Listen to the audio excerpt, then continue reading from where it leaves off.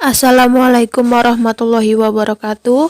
Perkenalkan, nama saya Fadilah Lailatul Hafsyah, kelas B, Prodi Biologi angkatan 2018, NPM 21810000220020. Saya di sini perwakilan dari kelompok 2 untuk mempresentasikan tugas kami dengan materi buku ajar, mata kuliah, pengembangan bahan ajar. Ada yang tahu nggak sih apa itu buku ajar? Nah, di sini buku ajar itu sendiri adalah satu kesatuan unit pembelajaran yang berisi tentang informasi, pembahasan, serta evaluasi. Adapun pengertian buku ajar menurut I. Gusti Putu Soeharta, yaitu buku ajar yang digunakan oleh siswa maupun guru dalam kegiatan belajar mengajar.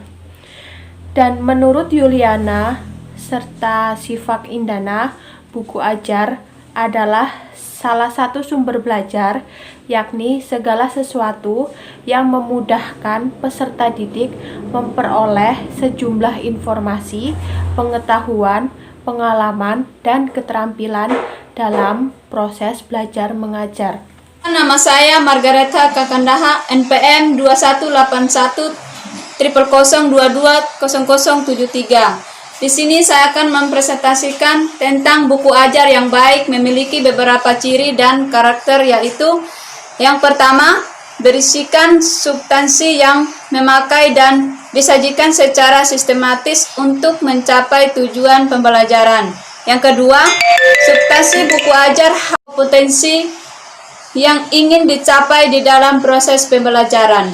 Yang ketiga, buku ajar sebaiknya disusun dalam bahasa yang mudah dan dikuasai oleh peserta didik sehingga memiliki belajar keterbacaan yang tinggi.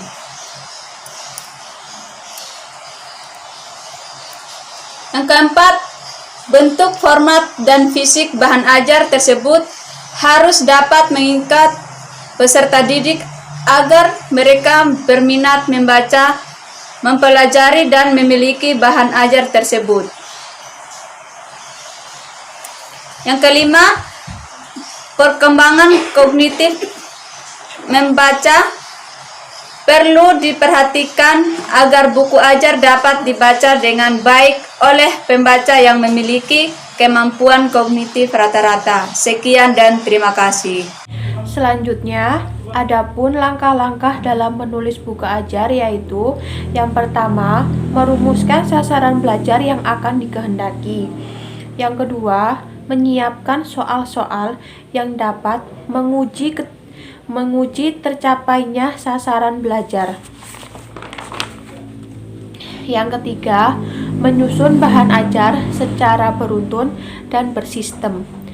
Keempat, menguji cobakan naskah tersebut kepada sejumlah peserta didik yang terpilih yang mewakili calon pemakai. Yang kelima, memperbaiki naskah berdasarkan hasil uji coba tersebut. Yang keenam, membuat revisi berdasarkan hasil uji itu. Yang ketujuh, menawarkan naskah pada penerbit dan buku ajar siap untuk diterbitkan. Oke, selanjutnya pedoman penilaian buku ajar itu ada 4. Yang pertama, kejelasan konsep. Yang kedua, menarik minat. Yang ketiga, menumbuhkan motivasi. Yang keempat, dapat dipahami oleh siswa.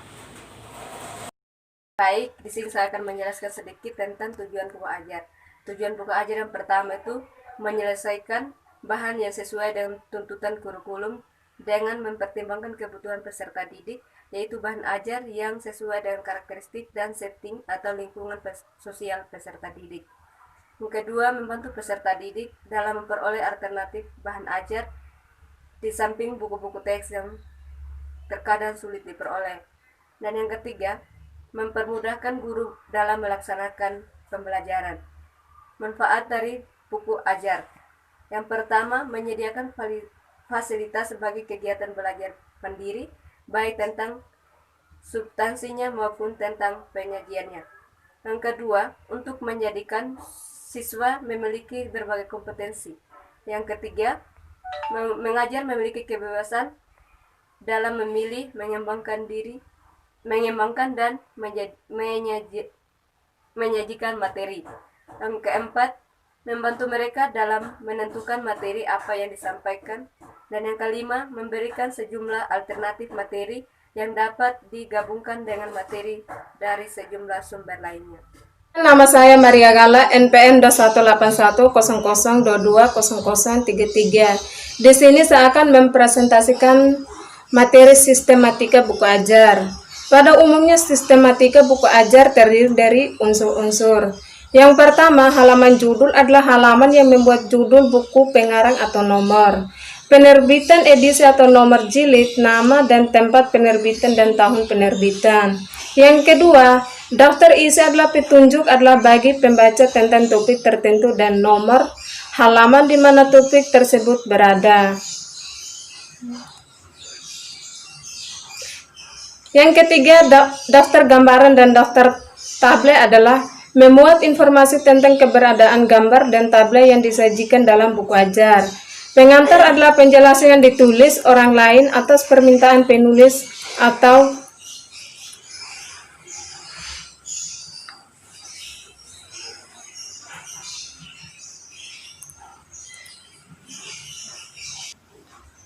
penerbitan untuk memperkenalkan penulis atau subjek yang ditulis. Yang keempat, prakta adalah penjelasan yang ditulis oleh penulis yang biasanya memuat alasan menganggap penulis tergugu menulis buku isi buku.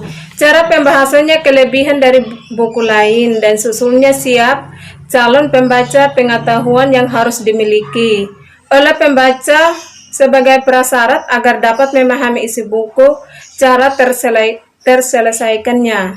Buku siapa yang membantunya atau mendorong penulis buku, tujuan penulis, ucapan terima kasih dan harapan penulis tentang bukunya dan apa yang diharapkan dari pembaca. Kemudian bagian isi. Bagian isi terdiri dari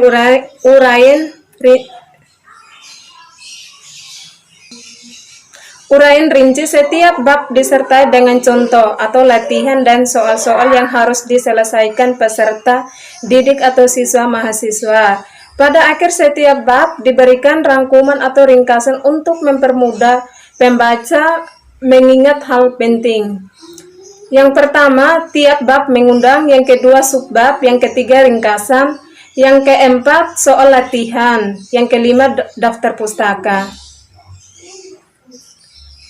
Halaman payuda terdiri dari unsur-unsur. Yang pertama, lampiran, yang kedua pustaka atau bacaan utama dan bacaan tambahan, yang ketiga pengurus, indeks, dan daftar pila.